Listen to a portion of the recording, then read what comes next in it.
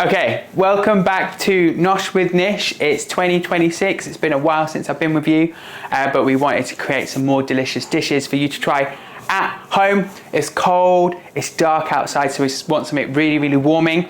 And this is one of my wife's favorites, Mrs. Yilma Palmer, because I am now a Yilma Palmer. We are going to do a chicken biryani.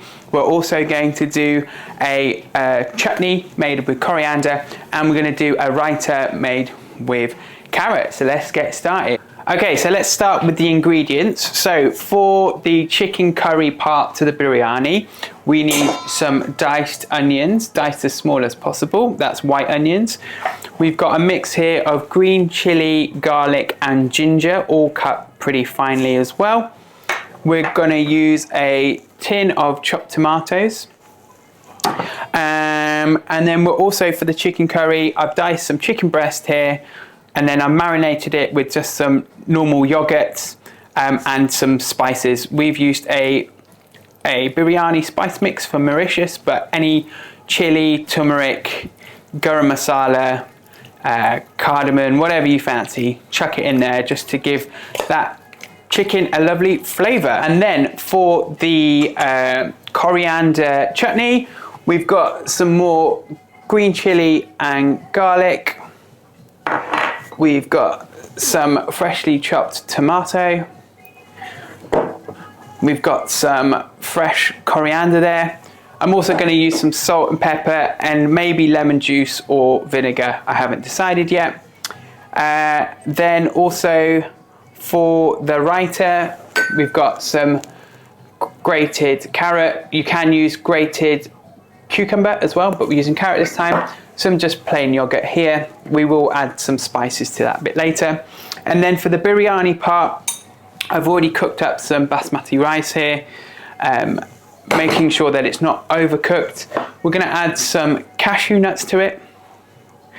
And then we finally chopped some red onion and some potato to make the chips as well.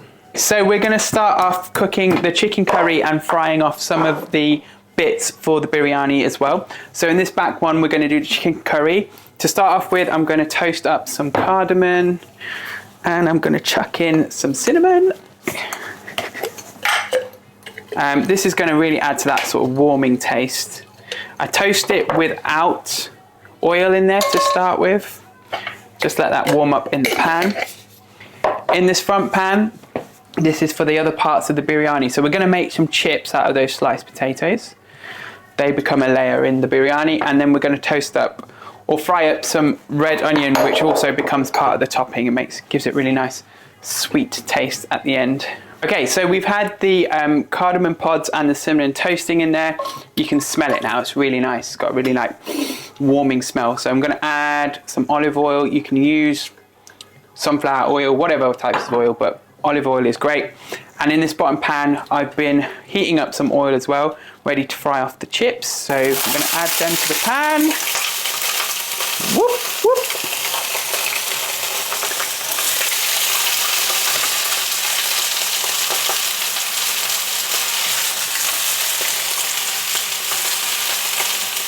And the idea is to cook them so they're like chips. Let's get rid of that. And in that back pan now we've got the oil cooked, warmed up nicely. We're going to add the diced onion and cook that off until it's nice and soft and brown. We've been frying off the chips for about 5 minutes. As you can see, they're like nicely goldening off and they're kind of soft to touch. Don't worry if they're not completely cooked, because they are going to go in the oven and bake in there too. And as you can see from the back here, the onions have toasted up real nice. They're browning off at the edges, becoming a little bit translucent. Keep on that one, Ellie. We're going to add the green chili, the chopped garlic and ginger in there as well. So we're going to toast that up real nice.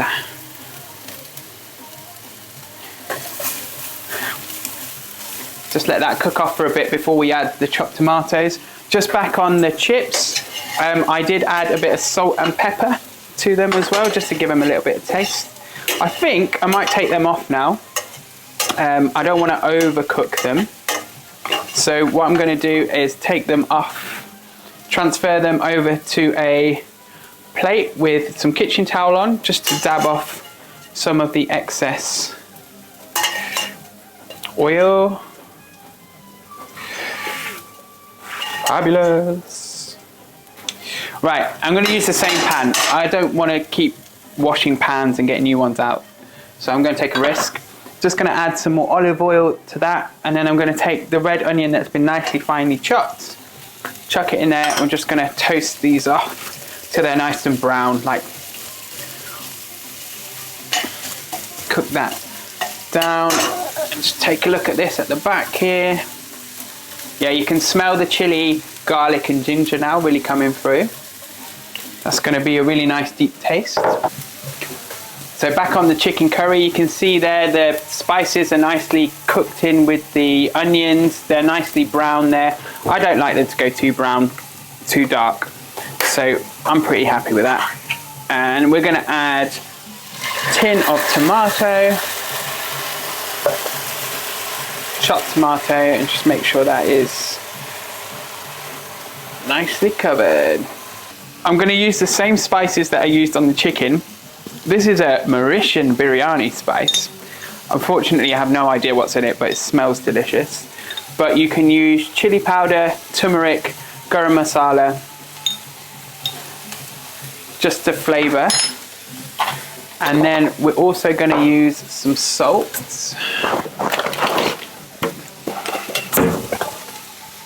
Salt's super important as well. So that's about 1.5 teaspoons. You can add more later, but you can't take it away, right? So add as you go. So you can see the colour of the tomato has changed. Back on the onions, they're frying nicely, softening up real good. I think I'm going to add a little bit of salt to that as well.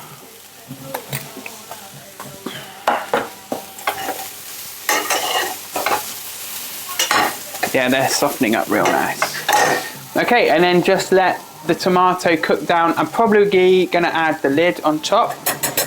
I've not used the water yet from the tin. I'm going to add that a little bit later, but let's let this cook down a little bit. So we've been frying off the onions for about 3 minutes. As you can see, they're toasting up real nice. They're softening out, and you can really get that deep taste of them as well. On the back here, the tomato is really cooking in nicely with the onions. You can tell it's cooked, right? It's cooking when you pull across and then the water doesn't just seep into the rest of the space. And actually what we're looking for is the oil to seep out a little bit. But that's if you want to cook it down real nice. But because it's going in the biryani, I'm not going to be too fussy about that. But we will give it a couple more minutes. I'm going to add the water that was in the tin.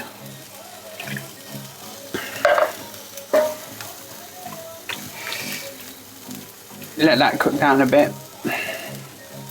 You can add that water later as well, after you've added the meat if you want, but I'm going to add it now. We'll give that another 2 minutes to cook before we add the meat, and we'll cook these for another 2 minutes too. They're nice and brown. I'm happy with that because they're going to go in the oven and cook more, so I'm going to turn that off and transfer that over to the plate with the kitchen towel on it. You can smell real good. There you go.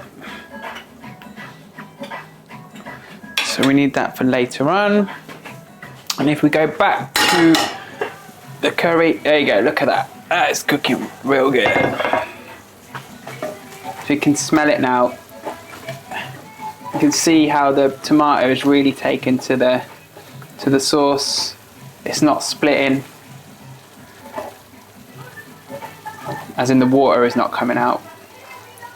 I'm happy with that. I don't need it any more cooked. So I'm gonna then take the chicken that I marinated a little bit earlier. I'm using chicken breast, or chicken thighs actually. Normally I'd use boned chicken with bones in it because that's actually quite nice for biryani, but just using what we had in the freezer. And again, that was marinated in just a bit of yogurt. I think I put 1 tablespoon of yogurt in there and some of that Mauritian spice as well, but you can use chili powder, turmeric.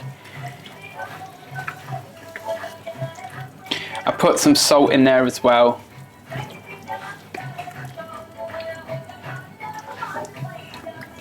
Right, and then you're just going to let that cook together. Look at that. It's cooking nice. I'm going to leave the lid off so it doesn't curdle too much. So we've been cooking the chicken for about 5 minutes, I think, all with the lid off. As you can see, the yogurt has made the sauce really nice and creamy, which is lovely. The chicken is cooking really evenly. I've kept moving it around so that it keeps cooking.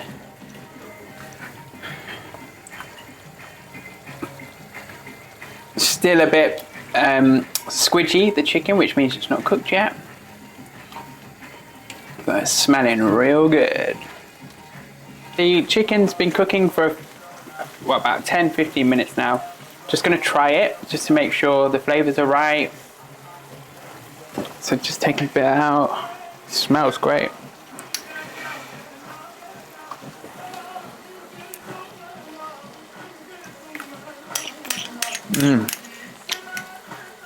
That's delicious. So the onion's nicely incorporated. We're done over here. So I'm going to move it over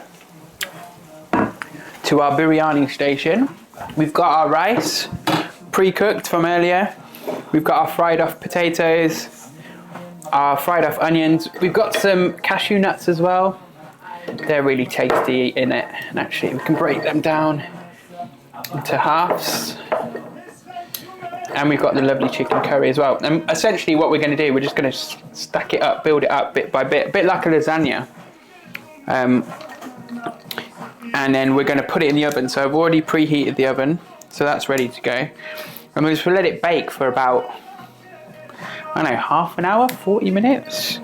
I'll probably do it on about gas mark 4 because I just want to keep it nicely cooking quite slow.